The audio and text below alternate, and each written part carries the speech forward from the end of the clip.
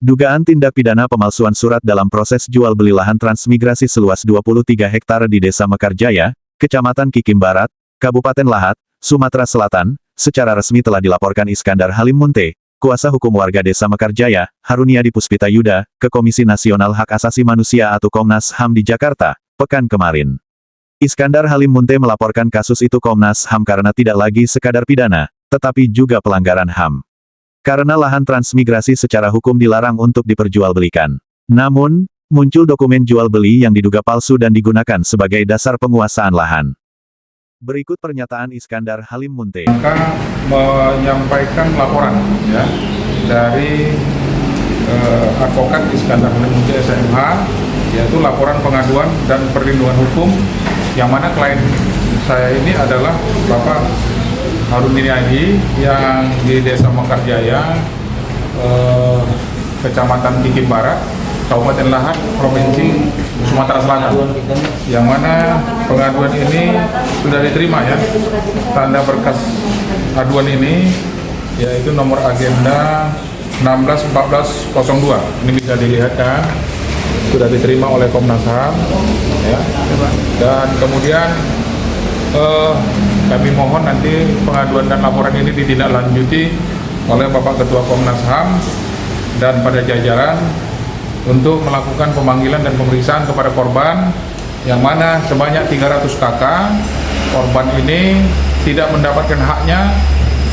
Lahan transmigrasi itu dijual kepada perusahaan yang menggunakan surat jual beli yang dilakukan oleh oknum kepala desa dan kawan-kawannya. Nah, kemudian pembelian lahan tersebut dengan menggunakan uang negara.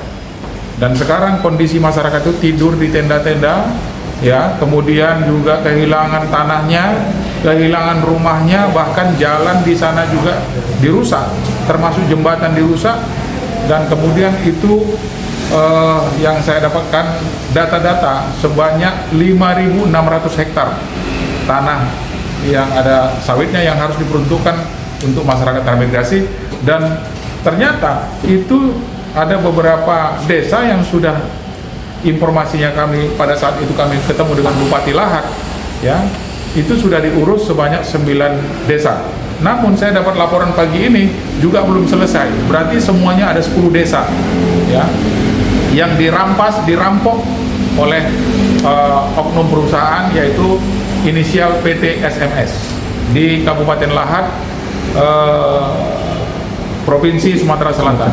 Kemudian kami datang ke sana pada saat itu, di desa tersebut juga sinyal tidak ada, ya, sinyal tidak ada, sehingga kami susah komunikasi. Dan jalannya ke desa tersebut juga harus melalui kabupaten lain.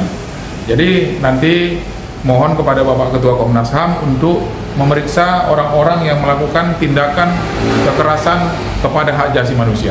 Itu. Oke, terima kasih.